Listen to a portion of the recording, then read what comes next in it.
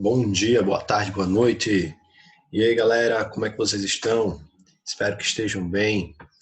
Vamos lá, vamos dar continuidade aqui a mais um vídeo falando sobre sólidos geométricos. A nossa última parte está dos sólidos geométricos. Dessa vez, nós vamos falar sobre os desenhos em perspectiva, o cubo e o paralelepípedo, e depois a vista de um objeto. Vamos lá. Aqui, ó, apesar da superfície plana desta folha, parece estar no fundo da cena, como se tivesse três dimensões, em função de uma ideia chamada perspectiva. Isso foi o que essa mulher disse, tá? Essa mulher do desenho aqui disse que parece que ela está no fundo, né? Essa noção que a gente tem ao observar esse desenho, que essas colunas aqui, ó, essas são maiores que essas, e isso aqui vai dando uma noção de profundidade. Essas linhas aqui também nesse estilo de desenho, nessa perspectiva, nos dão essa ideia de profundidade. Agora vamos entender por que essa ideia de profundidade. O desenho em perspectiva é o que nos permite distinguir uma representação de uma figura plana de um espacial, em que temos a sensação de profundidade, de terceira dimensão. Apesar de ser representada no plano, observe as duas figuras ao lado. Aí temos esse quadrado e temos este cubo aqui. Elas foram representadas de maneira simplificada, certo? Os dois desenhos, eles são planos. Eles estão desenhados no plano, eles são planos. Mas o de baixo nos dá a ideia de profundidade, entendendo como cubo, que é uma figura espacial. Então, esse aqui que é um quadrado, ele é um plano, esse é um cubo, que é uma figura espacial, mas ele está representado no plano. E como é que a gente tem essa ideia de profundidade? Vamos ver aqui. Esse efeito é possível graças ao uso de algumas técnicas de desenho, conhecidas como perspectiva. Desenho em perspectiva é o nome dado a uma técnica de desenho de figuras tridimensionais em um plano. Quando olhamos um desenho em perspectiva, temos a sensação de observar uma imagem em profundidade. Existem algumas técnicas para a criação desse tipo de imagem. Nesse momento, vamos analisar a técnica de representação de cubo e paralelepípedo em uma malha quadriculada. Vamos observar a representação. Aqui a gente tem a malha quadriculada e aqui temos o cubo. As arestas paralelas dele, elas foram representadas, foram destacadas com a mesma cor. Olha essa que é paralela a essa, que é paralela a essa e essa. Todas estão da mesma cor. Essa aqui, essa e essa, também da mesma cor. Essa e essa aqui, da mesma cor. Então, devemos pensar em linhas paralelas e de mesmo comprimento. Como assim? Aí vamos ver. Esse paralelepípedo aqui, olha. Aqui temos essas linhas paralelas, que estão destacadas em azuis. Olhe que elas têm o mesmo comprimento, ou seja, na malha quadriculada, quantos quadradinhos eu faço para colocar esta linha, quantos quadradinhos eu utilizo para colocar esta linha, vai ser a mesma quantidade para colocar esta. Aqui eu desloco dois quadradinhos para cá para fazer esse outro. Isso aqui nos dá o quê? Essa perspectiva de profundidade. Olha aqui, são duas diagonais para representar essa aresta e duas diagonais também para representar essa aresta.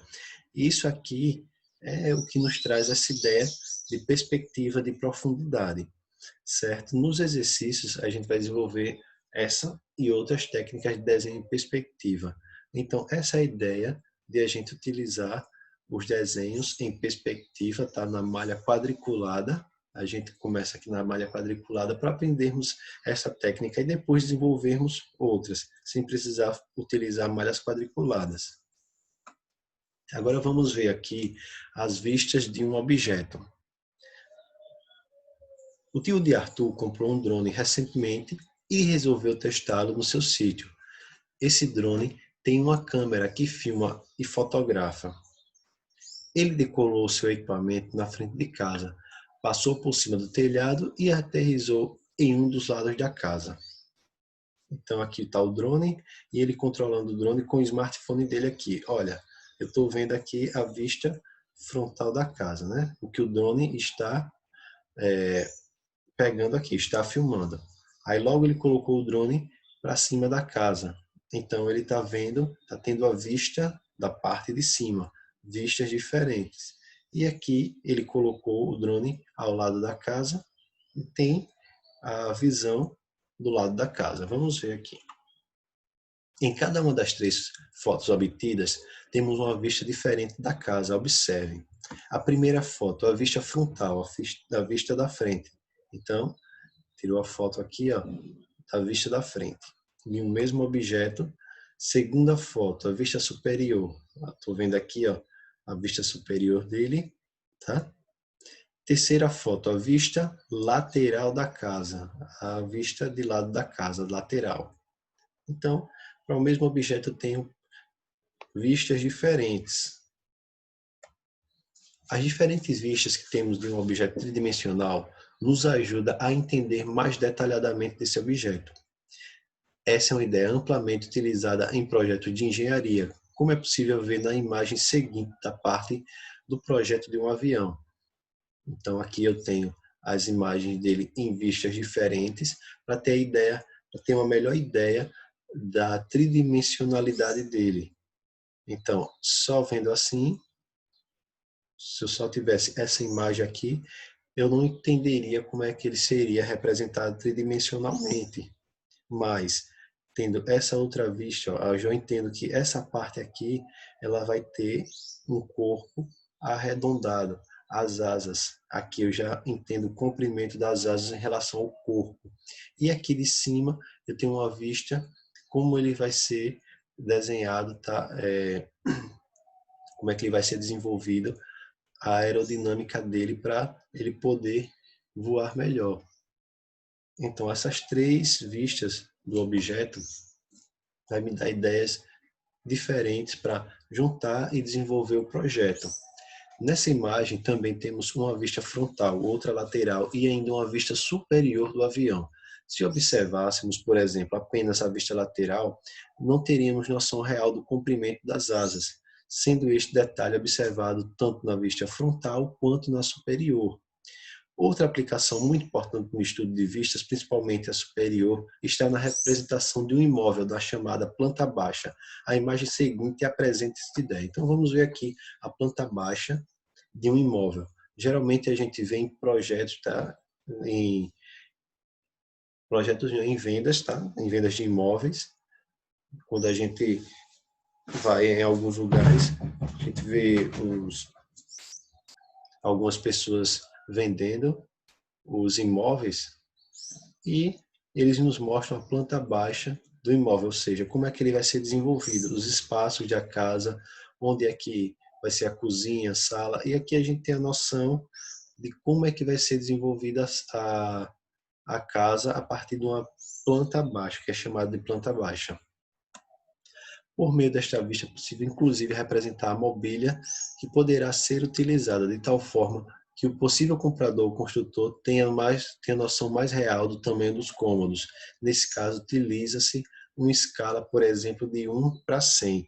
Ou seja, esse desenho está em uma escala de 1:100. Isso quer dizer o quê? Que cada 1 centímetro vale 100 centímetros na realidade. Ou seja, 1 centímetro vale 1 metro na realidade.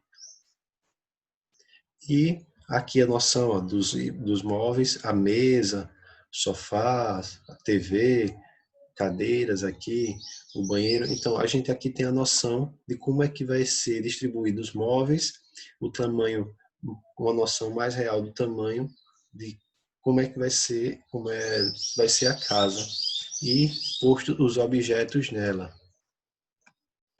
E essa escala, pessoal, vai ser muito importante para a gente, tá? Vocês vão estudar também geografia, escala, talvez já tenham estudado, mas isso aqui vai ser muito utilizado ainda nos estudos de vocês, tá?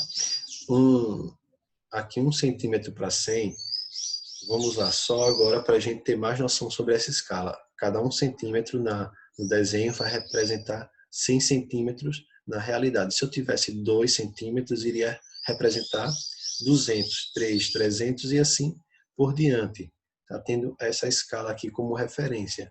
Se eu tivesse 5, seria 500, ou seja, eu vou multiplicando um número aqui pelo outro. Esse vezes esse para ter o tamanho real. E é isso, pessoal. Então, a gente vai fazer algumas atividades, já passei algumas atividades para a gente dar uma treinada sobre esses conteúdos aqui. Qualquer dúvida, vocês podem entrar em contato comigo. E é isso. Até a próxima.